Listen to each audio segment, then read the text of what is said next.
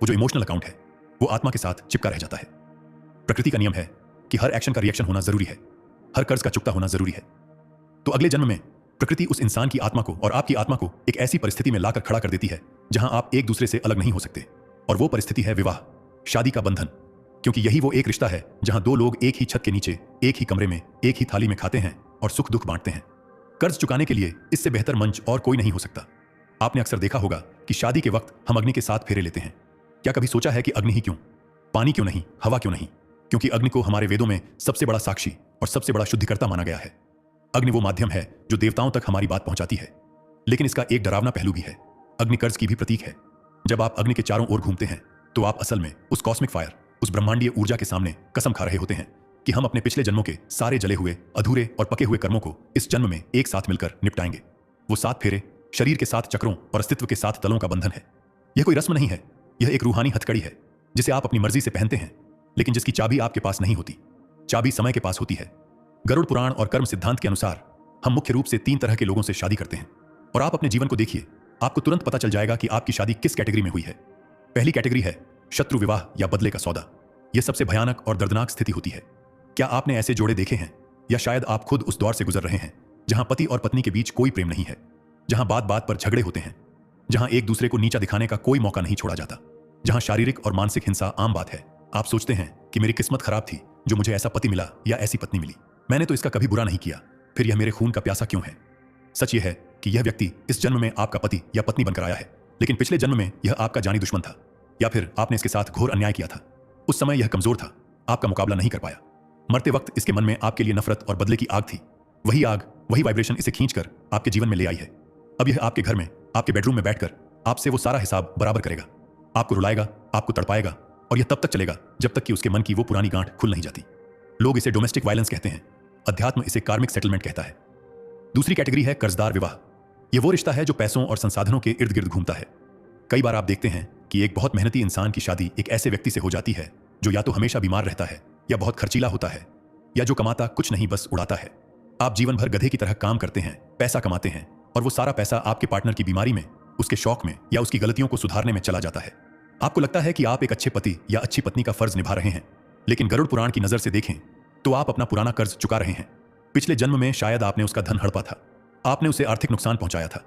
अब वो ब्याज सहित आपसे एक एक पाई वापस ले रहा है, और जिस दिन वो आखिरी पाई अदा हो जाएगी, जिस दिन वो हिसाब जीरो हो जाएगा, आप देखेंगे कि या तो वो व्यक्ति सुधर जाएगा या वो व्यक्ति आपके जीवन से हमेशा के लिए चला जाएगा, चाहे तलाक के जरिए या मृत्यु के जरिए, क्योंकि प्रयोजन पूरा हो गया, सौदा पूरा हो गया।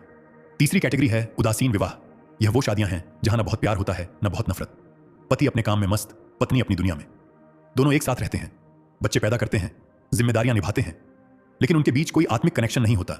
ऐसा लगता है जैसे 2 अजनबी एक ट्रेन के डिब्बे में सफर कर रहे हों। यह तब होता है जब पिछले जन्म में आपका उस आत्मा के साथ बस थोड़ा सा ही लेना देना बाकी था। कोई बहुत गहरा कर्ज नहीं था, बस छोटी मोटी रस्में बाकी थीं। इसलिए प्रकृति ने आपको मिला दिया ताकि आप वो औपचारिकता पूरी कर लें और अपने अपने रास्ते आगे बढ़ जाएं। इन सब के बीच एक चौथी कैटेगरी भी होती है जो बहुत दुर्लभ है, जिसे हम पुण्य अनुबंध कहते हैं। यह तब होता है जब 2 बहुत ही सुलझी हुई आत्माएं, जिन्होंने पिछले जन्म में एक दूसरे का साथ दिया था, एक दूसरे की भक्ति में मदद की थी, वो दोबारा मिलते हैं। ऐसा पति या पत्नी आपको कभी नीचे नहीं गिरने देगा, वो आपके लिए ढाल बनकर खड़ा रहेगा। लेकिन कलयुग में ऐसे रिश्ते 1000 में से 1 होते हैं। ज्यादातर रिश्ते पहले 3 प्रकार के ही होते हैं।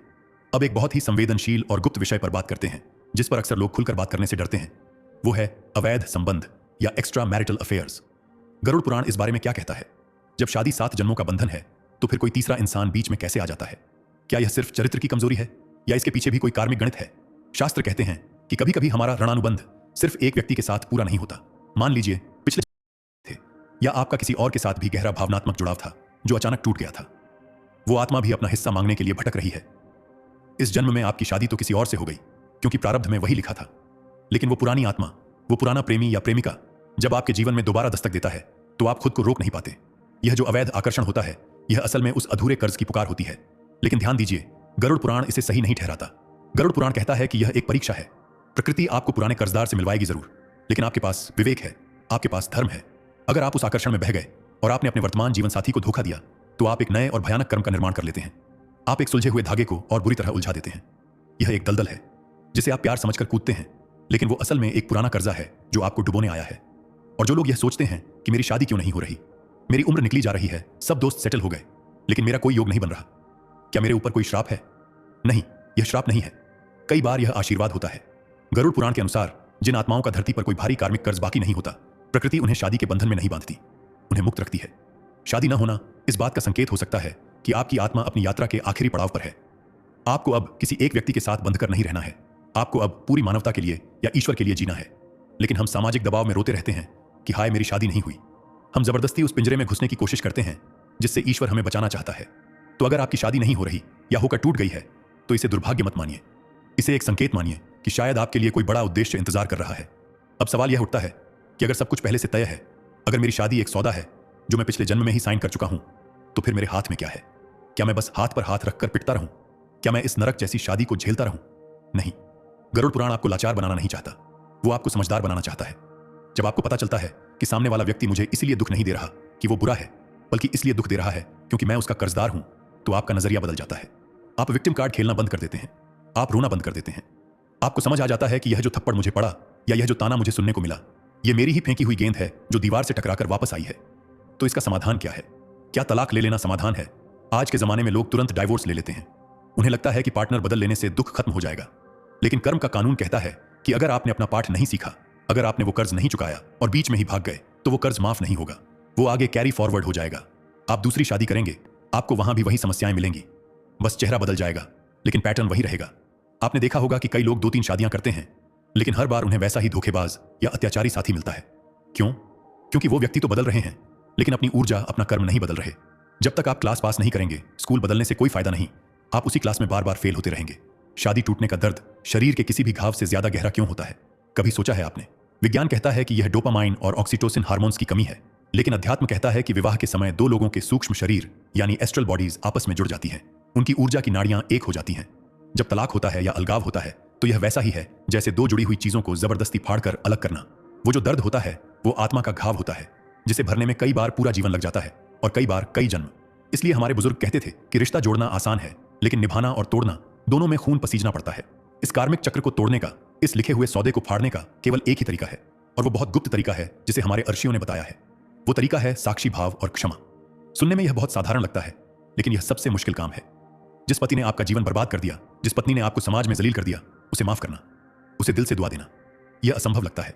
हमारा अहंकार कहता है कि मैं इसे छोड़ूंगा नहीं, मैं बदला लूंगा। लेकिन याद रखिए, बदला लेने का मतलब है एक और नया चेन शुरू करना। अगर आप इस जन्म में उसे कोर्ट में घसीटेंगे, उसे दुख देंगे, तो अगले जन्म में फिर उसे आना पड़ेगा आपसे बदला लेने। यह सिलसिला कभी खत्म नहीं होगा। अगर आप वाकई इस जेल से, इस घुटन भरी शादी से मुक्त होना चाहते हैं, तो आपको यह डोर काटनी होगी। और डोर नफरत से नहीं कटती, नफरत से और मजबूत होती है। डोर कटती है उपेक्षा से और क्षमा से। आज रात एक प्रयोग करके देखिए। जब आपका जीवन साथी सो जाए तो उसके चेहरे को देखिए। उस समय वो शांत होगा, उसका अहंकार सोया होगा। मन ही मन उससे बात कीजिए। कहिए कि मैं नहीं जानता कि हमारा पिछला हिसाब क्या था। हो सकता है मैंने तुम्हें बहुत सताया हो, उसके लिए मुझे माफ कर दो। और तुमने इस जन्म में मुझे जो भी दुख दिए, उसके लिए मैंने तुम्हें माफ किया। मैं इस अरणानुबंध से, इस सौदे से तुम्हें आजाद करता हूं और खुद को भी आजाद करता हूं। हमारा लेना देना पूरा हुआ। जब आप यह भावना, यह वाइब्रेशन रोज भेजते हैं, तो एक चमत्कार होता है। सामने वाले की आत्मा जो अब तक आपसे बदला लेने के लिए छटपटा रही थी, उसे शांति मिलने लगती है। बिना एक शब्द बोले, बिना लड़ाई किए, आप देखेंगे कि उसके व्यवहार में बदलाव आने लगेगा। या तो वो व्यक्ति सुधर जाएगा और आपके साथ प्रेम से रहने लगेगा, या फिर वो व्यक्ति बहुत ही शांतिपूर्ण तरीके से आपके जीवन से दूर हो जाएगा। लेकिन इस बार वो कड़वाहट के साथ नहीं जाएगा, वो मुक्ति के साथ जाएगा। गरुड़ पुराण में एक और गहरा रहस्य बताया गया है गर्भ संस्कार का। जो लोग अभी कुंवारे हैं और यह वीडियो देख रहे हैं, उनके लिए यह बहुत बड़ी चेतावनी है। हम सोचते हैं कि शादी के बाद जो बच्चा पैदा होता है वो हमारा है, लेकिन शास्त्र कहते हैं कि जिस तरह की चेतना, जिस तरह की वाइब्रेशन पति पत्नी के बीच होती है, वैसी ही आत्मा उनके गर्भ में खींची चली आती है। अगर आप और आपका पार्टनर हमेशा लड़ते रहते हैं, अगर आपके मन में काम वासना, लालच और गुस्सा भरा है, तो आप एक बहुत ही निम्न कोटि की आत्मा को, किसी प्रेत योनि से छूटी हुई आत्मा को या किसी पूर्व शत्रु को अपने गर्भ में आमंत्रित कर रहे हैं। फिर वो बच्चा बड़ा हो और तब आप कहेंगे कि मेरा बेटा श्रवण कुमार क्यों नहीं बना। वो श्रवण कुमार कैसे बनता?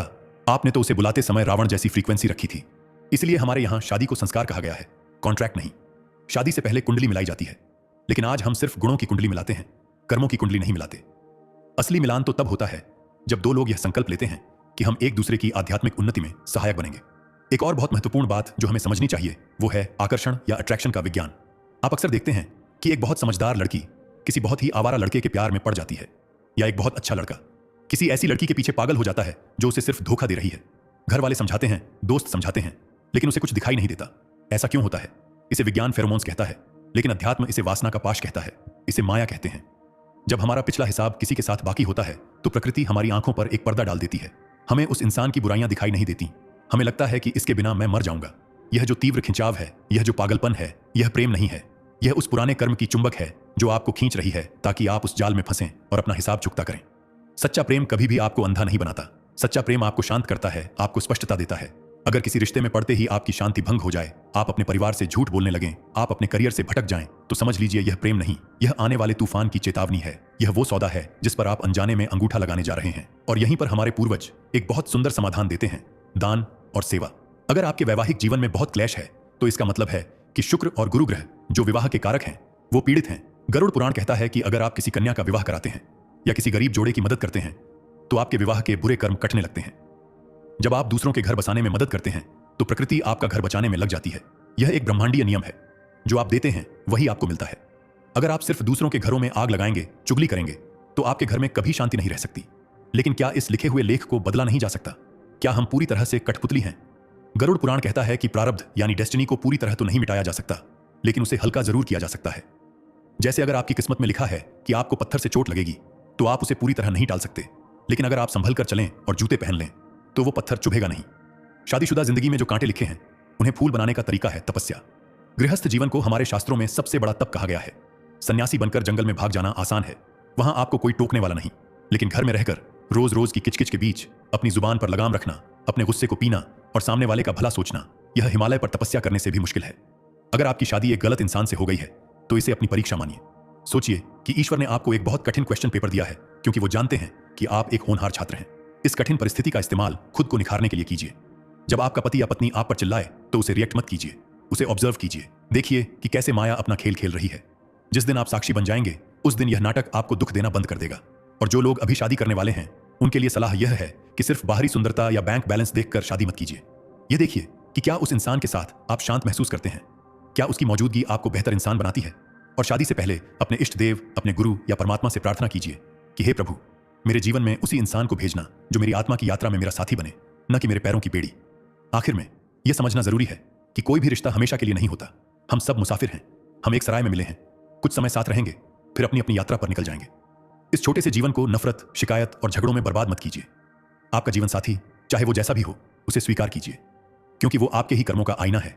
अगर आईने में चेहरा गंदा दिख रहा है तो आईना तोड़ने से कुछ नहीं होगा। अपना चेहरा साफ करना पड़ेगा। अपने कर्मों को सुधारिए, सेवा कीजिए, दान कीजिए और नाम जप कीजिए। जब आपके पुण्य बढ़ते हैं तो आपके बुरे कर्मों का प्रभाव अपने आप कम होने लगता है। जो आग आपको जलाने वाली थी वो धीमी पड़ जाती है। याद रखिए, सुहागरात केवल शरीर का मिलन नहीं है। प्राचीन काल में इसे गर्भाधान संस्कार की शुरुआत माना जाता था। उस रात जो ऊर्जा, जो विचार आप दोनों के मन में होते हैं, वही आपके आने वाले कल को लिखते हैं। इसलिए काम वासना से ऊपर उठकर प्रेम और समर्पण को अपनाइए। शादी कोई परियों की कहानी नहीं है, यह एक आग का दरिया है जिसमें डूब कर जाना है। लेकिन जो इस आग में से अपने प्रेम और धैर्य को बचाकर ले जाता है वही असली सोना बनकर निकलता है।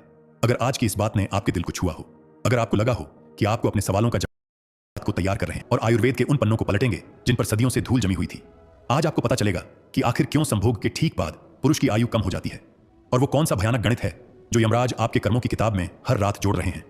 अगर आप अपने जीवन से, अपनी जवानी से, अपनी मर्दानगी से और अपने परिवार से थोड़ा भी प्यार करते हैं तो इस वीडियो के अंत तक बने रहिएगा, क्योंकि आज जो रहस्य महत्वपूर्ण वीडियो साबित हो सकता है। सबसे पहले हमें शरीर के उस विज्ञान को समझना होगा जिसे आज का मेडिकल साइंस भी पूरी तरह नहीं समझ पाया है, लेकिन हमारे ऋषियों ने हजारों साल पहले हिमालय की कंदराओं में ध्यान लगाकर जान लिया था। आप जो भोजन करते हैं वह शरीर में जाकर सीधा ऊर्जा नहीं बनता। यह एक बहुत ही धीमी और जटिल प्रक्रिया है। आयुर्वेद के अनुसार शरीर में 7 धातुएं होती हैं। यह एक सीढ़ी की तरह है जिसे सप्त धातु कहा जाता है। जब आप खाना खाते हैं तो पेट की जठराग्नि उसे जलाती है, उसे पकाती है। पहले 5 दिन तक उससे रस बनता है, अगले 5 दिन उस रस से रक्त यानी खून बनता है, फिर अगले 5 दिन उस खून से मांस बनता है, मांस से मेद यानी वसा बनती है, मेद से अस्थि यानी हड्डियां बनती हैं, अस्थि से मज्जा यानी बोन मैरो बनता है, और अंत में इस पूरी प्रक्रिया के लगभग 30 से 40 दिनों के बाद मज्जा के सबसे सूक्ष्म, सबसे शुद्ध और सबसे शक्तिशाली भाग से शुक्र यानी वीर्य का निर्माण होता है। जरा इस गणित को गहराई से समझिए। वैज्ञानिकों और योगियों का कहना है कि लगभग 32 किलो भोजन खाने के बाद उससे केवल 800 ग्राम खून बनता है और उस 800 ग्राम खून से केवल 20 ग्राम वीर्य बनता है।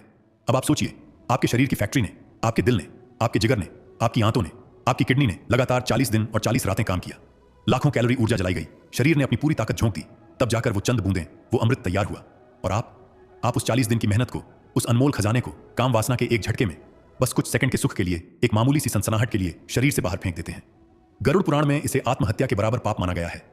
पाप इसलिए नहीं कि संभोग बुरा है या अनैतिक है, बल्कि पाप इसलिए क्योंकि आपने अपने शरीर के तेज का अपमान किया है। शास्त्रों में वीर्य को ओज कहा गया है। ओज का मतलब है आपके जीवन का ईंधन। जैसे गाड़ी बिना पेट्रोल के नहीं चल सकती, वैसे ही आत्मा इस शरीर में बिना ओज के नहीं टिक सकती। यमराज का नियम बहुत सख्त है, वहां कोई रिश्वत नहीं चलती।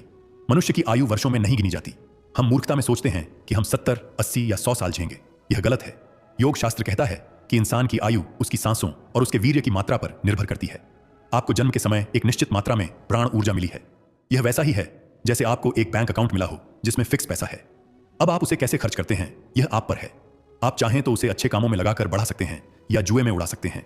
जो पुरुष अत्यधिक काम वासना में लिप्त रहते हैं, जो अपनी इस ऊर्जा को पानी की तरह बहाते हैं, वो अपने बैंक अकाउंट को समय से पहले खाली कर देते हैं। और जब खाता खाली हो जाता है तो यमराज को आना ही पड़ता है। इसीलिए आपने देखा होगा कि भोग विलास में डूबे राजा महाराजा या अय्याश लोग अक्सर जवानी में ही भयानक बीमारियों का शिकार होकर मर जाते हैं। उनकी मौत कभी शांत नहीं होती। उनकी मौत तड़प कर होती है, क्योंकि उनका शरीर समय से पहले जवाब दे देता है। लेकिन बात यहीं खत्म नहीं होती। खतरा इससे भी बड़ा है, और वो खतरा जुड़ा है उस सवाल से जो हमने शुरुआत में उठाया था कि आप किसके साथ सो रहे हैं। गरुड़ पुराण के प्रेत कल्प में एक बहुत ही डरावना और रोंगटे खड़े कर देने वाला वर्णन मिलता है। जब पुरुष संभोग करता है तो उसका ऑरा यानी उसका सुरक्षा चक्र पूरी तरह से खुल जाता है। सामान्य अवस्था में आपका ऑरा आपको बाहरी नकारात्मक शक्तियों, बुरी नजर और हवाओं से बचाता है, लेकिन रति क्रिया के दौरान आप ब्रह्मांड के सामने नंगे होते हैं, शारीरिक रूप से भी और आध्यात्मिक रूप से भी। उस समय आपका मूल आधार चक्र, जो रीढ़ की हड्डी के सबसे नीचे होता है, वो खुल जाता है। उस समय अगर आप किसी ऐसी स्त्री के साथ हैं जो आपकी धर्मपत्नी नहीं है, या जिसके विचार दूषित हैं, या जो केवल स्वार्थ, पैसे या लालच के लिए आपके साथ है, तो परिणाम भयानक होते हैं। शास्त्र कहते हैं कि उस चरम सुख के पल में जब वीर्य स्खलित होता है, एक वैक्यूम यानी एक खालीपन पैदा होता है। प्रकृति का नियम है कि खाली जगह को भरना पड़ता है। अगर आपकी पत्नी सात्विक है, पतिव्रता है, आपसे प्रेम करती है, तो वह अपनी भक्ति और समर्पण की शक्ति से उस खालीपन को भर देती है। इसे ऊर्जा का आदान प्रदान या शक्तिपात कहते हैं। यहां आपकी आयु कम नहीं होती, बल्कि संतुलित हो जाती है। शिव और शक्ति का मिलन होता है। लेकिन अगर वो स्त्री पराई है या वेश्या है या चरित्रहीन है, तो वह उस खालीपन में अपनी नकारात्मकता, अपने पाप, अपने पिछले प्रेमियों की यादें और अपनी बदनसीबी भर देती है। आप अपना अमृत देकर उससे विष खरीद लेते हैं। गरुड़ पुराण कहता है कि ऐसी स्त्रियां पिशाचिनी की तरह व्यवहार करती हैं। वो अनजाने में ही सही, लेकिन आपके प्राणों को चूस लेती हैं। इसे प्राण हरण क्रिया कहा जाता है। क्या आपने कभी महसूस किया है कि किसी गलत संगति या गलत संबंध के बाद अगले कई दिनों तक आपका दिमाग काम नहीं करता? आपको अजीब सी घबराहट होती है, चिड़चिड़ापन होता है, काम में मन नहीं लगता और घर में बिना बात के क्लेश होने लगता है।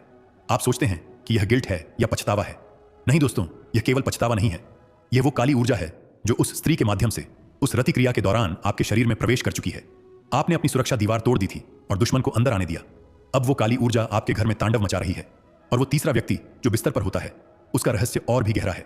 यह कोई कहानी नहीं है। हमारे वायुमंडल में, हमारे आसपास अदृश्य रूप में करोड़ों अतृप्त आत्माएं, भूत प्रेत और निम्न कोटि की शक्तियां घूमती रहती हैं। इन्हें पश्चिमी जगत में इनक्यूब्स और सक्यूबस कहा जाता है, और हमारे यहाँ पिशाच या यमदूत के गण कहा जाता है। ये शक्तियां भोजन नहीं कर सकती, ये पानी नहीं पी सकती।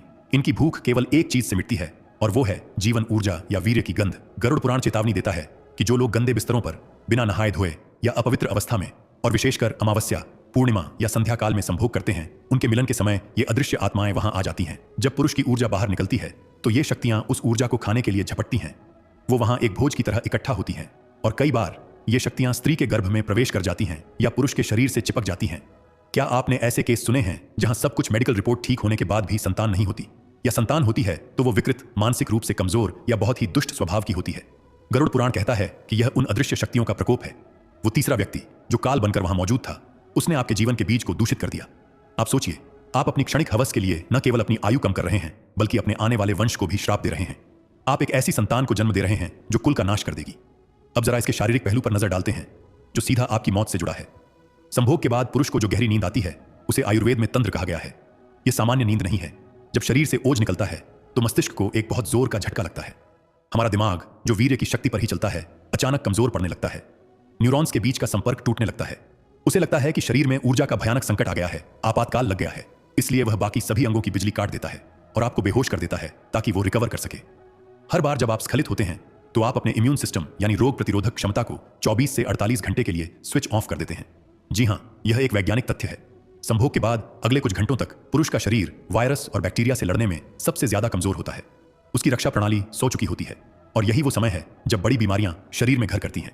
जो लोग बहुत अधिक भोग में लिप्त रहते हैं, उनकी हड्डियां समय से पहले खोखली हो जाती हैं। घुटनों में कटकट की आवाज आना, कमर में दर्द रहना, आंखों की रोशनी कम होना, याददाश्त कमजोर होना, ये बुढ़ापे के लक्षण नहीं है, ये वीर्यनाश के लक्षण हैं। आप 30 साल के होकर भी अंदर से 60 साल के हो चुके हैं। गरुड़ पुराण में लिखा है कि कामुक पुरुष का बुढ़ापा भूखे शेर की तरह उस पर झपटता है, यानी उसे संभलने का मौका भी नहीं मिलता। आप जवानी में ही बूढ़े हो जाते हैं। एक और भयानक सच है तेज का नाश। हर इंसान के चेहरे पर, विशेषकर उसकी आंखों में एक सूक्ष्म मंडल होता है। यह आपके आत्मविश्वास, आपकी रूहानी ताकत का प्रतीक है। जब आप अपनी ऊर्जा बचाकर रखते हैं, जिसे ब्रह्मचर्य कहते हैं, तो यह तेज बढ़ता है। इसे मैग्नेटिक ऑरा कहते हैं। लोग आपकी तरफ खींचे चले आते हैं। आपकी बात में वजन होता है, समाज में आपका प्रभाव होता है। लेकिन जैसे ही आप इस ऊर्जा को नाली में बहाते हैं, वो तेज बुझ जाता है। लोग आपकी इज्जत करना बंद कर देते हैं। आपकी वाणी में दम नहीं रहता। आप चिल्लाते रहते हैं, लेकिन कोई आपकी नहीं सुनता। यहां तक कि आपके अपने बच्चे और पत्नी भी आपकी बात को अनसुना करने लगते हैं, आपका मजाक उड़ाने लगते हैं। क्यों? क्योंकि जिस राजा के पास खजाना ही नहीं है, उस राजा का आदेश कौन मानेगा? आप एक बिना मुकुट के और बिना ताकत के राजा बनकर रह जाते हैं, जो केवल अपने ही घर में अपमानित होता रहता है। गरुड़ पुराण के कर्म कांड में एक श्लोक है जिसका अर्थ है कि वीर्य की हर बूंद जो व्यर्थ जाती है, वह अगले जन्म में दरिद्रता का कारण बनती है। यानी अगर आप इस जन्म में अपनी ऊर्जा बर्बाद कर रहे हैं, तो आप अगले जन्म के लिए गरीबी का आवेदन पत्र भर रहे हैं। प्रकृति कुछ भी भूलती नहीं है। हर बूंद का हिसाब होता है। जो ऊर्जा आपने सृजन के लिए, यानी संतान पैदा करने के लिए या महान कार्यों के लिए, समाज सेवा के लिए, भक्ति के लिए इस्तेमाल करनी थी, उसे आपने बिस्तर की चादरों पर पहुंच दिया। यह प्रकृति का अपमान है। यह शिव के अंश का अपमान है और इसकी सजा मिलती है अकाल मृत्यु। अकाल मृत्यु का मतलब है तय समय से पहले शरीर छोड़ना। जब शरीर अंदर से इतना कमजोर हो जाता है, इतना खोखला हो जाता है कि वह आत्मा के भार को और नहीं उठा सकता, तो वह टूट जाता है। Heart attack, brain haemorrhage, kidney failure या अचानक अंगों का काम करना बंद कर देना, ये सब संकेत हैं कि ईंधन खत्म हो गया था। गाड़ी को जबरदस्ती खींचा जा रहा था और यह सब उस तीसरे व्यक्ति की मौजूदगी में हो रहा था जिसे आप देख नहीं पाए। इतिहास गवाह है, जितने भी महान योद्धा हुए, चाहे वो भीष्म पितामह हों, चाहे हनुमान जी हों, चाहे स्वामी विवेकानंद हों या छत्रपति शिवाजी महाराज, इन सब ने ब्रह्मचर्य की शक्ति को समझा था। उन्होंने अपनी ऊर्जा को नीचे बहने से रोका और उसे ऊपर अपने मस्तिष्क की ओर मोड़ा। इसे ऊर्ध्वरेता बनना कहते हैं। जब यह वीर्य, यह शुक्र धातु ऊपर की ओर चढ़ता है, तो यह ओजस में बदल जाता है और फिर तेजस बन जाता है। इससे ज्ञान के द्वार खुलते हैं। इससे ज्ञान के द्वार खुलते हैं। इससे इंसान के अंदर ऐसी शक्ति आती है कि वह पहाड़ों को हिला सकता है, वह काल को भी चुनौती दे सकता है। लेकिन आज का पुरुष क्या कर रहा है? वह अपनी ही शक्ति को अपने ही हाथों से बर्बाद कर रहा है। वह खुद को कमजोर, लाचार और बीमार बना रहा है। गरुड़ पुराण यह भी बताता है कि एक पुरुष के अंदर उसके पितरों का, उसके पूर्वजों का अंश होता है। वीर्य को पितृ ऋण चुकाने का साधन माना गया है, यानी संतान उत्पत्ति करके वंश को आगे बढ़ाना। लेकिन जब आप इसे केवल मनोरंजन के लिए, केवल हवस के लिए बहाते हैं, तो आपके पितृ, आपके पूर्वज भी दुखी होते हैं। वो देखते हैं कि हमारा वंशज अपनी शक्ति खो रहा है। इससे पितृदोष उत्पन्न होता है और जिस घर में पितृदोष होता है, वहां कभी बरकत नहीं होती, वहां बीमारियां कभी खत्म नहीं होती। वहां एक समस्या जाती है तो दूसरी आ खड़ी होती है। तो अब सवाल यह उठता है कि क्या हम डर के मारे जीना छोड़ दें? क्या गृहस्थ जीवन एक पाप है? नहीं, सनातन धर्म कभी भी डरने की बात नहीं करता, वह जागने की बात करता है। गरुड़ पुराण यह नहीं कहता कि संभोग मत करो, वह कहता है कि इसे पशु की तरह मत करो, इसे यज्ञ की तरह करो। जानवर और इंसान में यही फर्क है। जानवर का अपनी काम वासना पर कोई जोर नहीं होता। उसे जब इच्छा होती है वह करता है, सड़क पर, जंगल में, कहीं भी। लेकिन इंसान को विवेक दिया गया है। इंसान को समय, काल और परिस्थिति का ज्ञान दिया गया है। ऋषियों ने अर्धकाला गमन का नियम बनाया था। इसका मतलब है केवल विशेष दिनों में और विशेष उद्देश्य के लिए ही मिलन होना चाहिए। आज की दुनिया में जहां पोर्नोग्राफी, अश्लील साहित्य और कामुक विज्ञापन हर जगह मौजूद हैं, एक पुरुष के लिए ब्रह्मचर्य का पालन करना या अपनी ऊर्जा को बचाना हिमालय पर चढ़ने जैसा कठिन हो गया है। उसे लगता है कि ये सब तो नॉर्मल है, सब करते हैं। लेकिन याद रखिए, भीड़ हमेशा गलत रास्ते पर जाती है। जो सब करते हैं, अगर आप भी वही करेंगे तो आपको भी वही मिलेगा जो सबको मिल रहा है। तनाव, डिप्रेशन, कमजोरी, बीमारी और असंतुष्टि।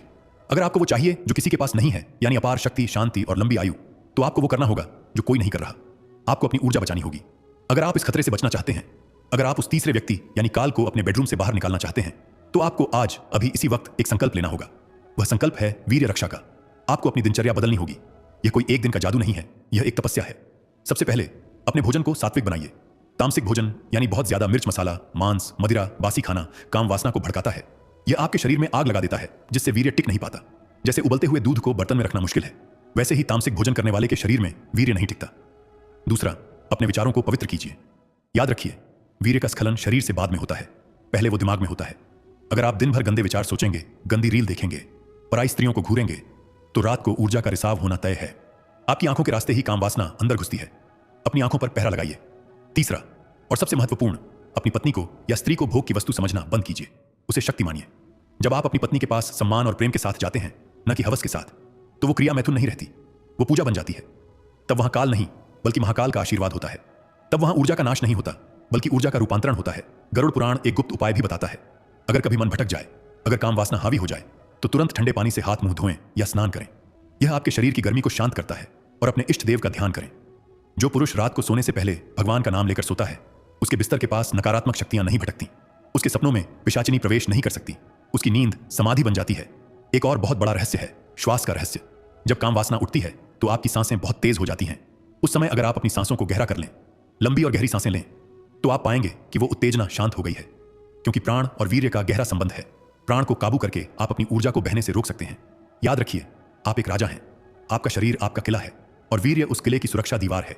एक बुद्धिमान राजा कभी भी अपनी दीवार को खुद नहीं तोड़ता। क्या आप अपनी आयु के 10 से 20 साल उस बिस्तर पर छोड़ना चाहते हैं? क्या आप चाहते हैं कि जब आप 50 के हों तो आप लाठी टेक कर चलें, आपके हाथ कांपें और दुनिया आपको दया की नजर से देखे? या आप चाहते हैं कि 80 साल की उम्र में भी आपकी रीढ़ की हड्डी सीधी हो, आंखों में शेर जैसी चमक हो, आवाज में गरज हो और आप गर्व से कह सकें कि मैंने जीवन को जिया है, उसे बर्बाद नहीं किया? आप अपने पोते पोतियों को अपनी गोद में खिला सकें, न कि अस्पताल के बिस्तर पर पड़े रहें। चुनाव आपका है। वो तीसरा व्यक्ति अभी भी कोने में खड़ा देख रहा है। वह आपके फैसले का इंतजार कर रहा है। अगर आप आज नहीं संभले तो कल बहुत देर हो जाएगी। वीर्य बचाना केवल ब्रह्मचर्य नहीं है, यह जीवन रक्षा है। यह मृत्यु को धोखा देना है। यह अपने भाग्य की लकीरों को दोबारा लिखने जैसा है। आप अपने भाग्य के विधाता खुद हैं। मैं जानता हूं कि यह सब करना आसान नहीं है। हमारा समाज, फिल्में, इंटरनेट सब हमें वासना की तरफ धकेल रहे हैं। तैरना मुश्किल है जब बहाव उल्टी दिशा में हो, लेकिन जो मरे हुए होते हैं वो बहाव के साथ बहते हैं। जो जिंदा हैं वही बहाव को चीरने की ताकत रखते हैं। पहचानिए कि आप कौन हैं। आप उस महान सनातन संस्कृति के वंशज हैं जहां 25 साल तक अनिवार्य ब्रह्मचर्य का पालन कराया जाता था ताकि एक शक्तिशाली समाज का निर्माण हो सके। आप आर्षियों की संतान हैं। आज रात जब आप सोने जाएं तो एक बार उस सन्नाटे को सुनने की कोशिश कीजिएगा। अपने दिल की धड़कन को सुनिएगा और खुद से पूछिएगा, क्या मैं अपनी प्राण ऊर्जा का सही इस्तेमाल कर रहा हूं? क्या मैं सृजन कर रहा हूं या विसर्जन कर रहा हूं? अगर आपके अंदर से जवाब नहीं आए तो रुक जाइए। अपनी आदतों को बदल डालिए। इस वीडियो को बनाने का उद्देश्य आपको डराना नहीं, बल्कि आपको उस गहरे गड्ढे में गिरने से बचाना है जिसे आप देख नहीं